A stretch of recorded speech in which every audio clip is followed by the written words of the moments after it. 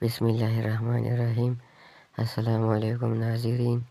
سعودی عرب کے بریدہ شہر میں منیرہ نامی ایک نیک و صالح خاتون نے مرنے سے پہلے اپنے زیورات بھائی کے حوالے کیے کہ میری وفات کے بعد ان زیورات کو بیچ کر ایک دکان خرید لے، پھر اس دکان کو کرائے پر چڑھائے اور آمدن کو محتاجوں پر خرچ کر دے۔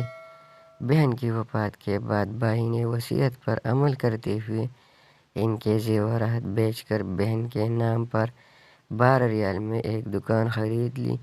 اس زمانے میں 12 ریال کی بڑی قیمت تھی اور اسے کرائے پر چڑھا دیا اور کرائے کی رقم سے محتاجوں کے لیے کھانے پینے کی اشیاء خرید کر دی جاتی رہی۔ یہ سلسلہ پورے 100 سال جاری رہا۔ 100 سال بعد دکان کی ماہانہ کرایہ 15,000 ریال تک پہنچ چکی تھی اور اس رقم سے ضرورت مندوں کے لیے اچھی خاصی چیزیں خرید کر دی جاتی تھی۔ پھر وہ دن آیا کہ سعودی حکومت نے بریدہ کی جامع مسجد میں توسیع کرنے کا فیصلہ کیا اور یہ دکان توسیع کی زد میں آ رہی تھی۔ چنانچہ حکومت نے 5 لاکھ ریال میں یہ دکان خرید لی۔ دکان کی دیکھ بھال کرنے والے امانت دار شخص نے اس خطیر رقم سے ایک دوسری جگہ ایک پوری عمارت بنا لی جو کہ 4 بڑی دکانوں اور 3 فلیٹس پر مشتمل ہے۔ ان دکانوں اور فلیٹس سے اب ماہانہ لاکھوں ریال کرایہ آتا ہے اور یہ کرایہ اللہ کی راہ میں خرچ کیا جاتا ہے۔ 150 سال پہلے اس نیک خاتون نے 12 ریال اللہ کی راہ میں صدقہ جاریہ کے طور پر پیش کیا تھا۔ آج وہ 12 ریال لاکھوں ریال میں تبدیل ہو گئے ہیں۔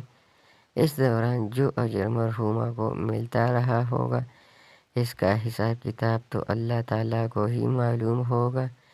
سوچنے کی بات یہ ہے کہ اگر وہ اپنے ان زیورات کو سماج کی روایت اور رسم کے مطابق اپنی بیٹی کو دیتی اور بیٹی آگے اپنی بیٹی کو دیتی، پھوتی تک پہنچتے پہنچتے یہ زیورات بوسیدہ اور آؤٹ آف فیشن ہوتے، پھر تبدیل ہو جاتے۔ لیکن اس نیک خاتون نے صدقہ جاریہ کا جو خوبصورت فیصلہ کیا، اس کی بدولت 150 سال سے زائد عرصہ ہوا لاکھوں محتاج لوگ اس سے مستفید ہو رہے ہیں۔ اللہ تعالیٰ کی راہ میں پیش کیے ہوئے صدقے کو حقیر اور کمتر نہ سمجھے۔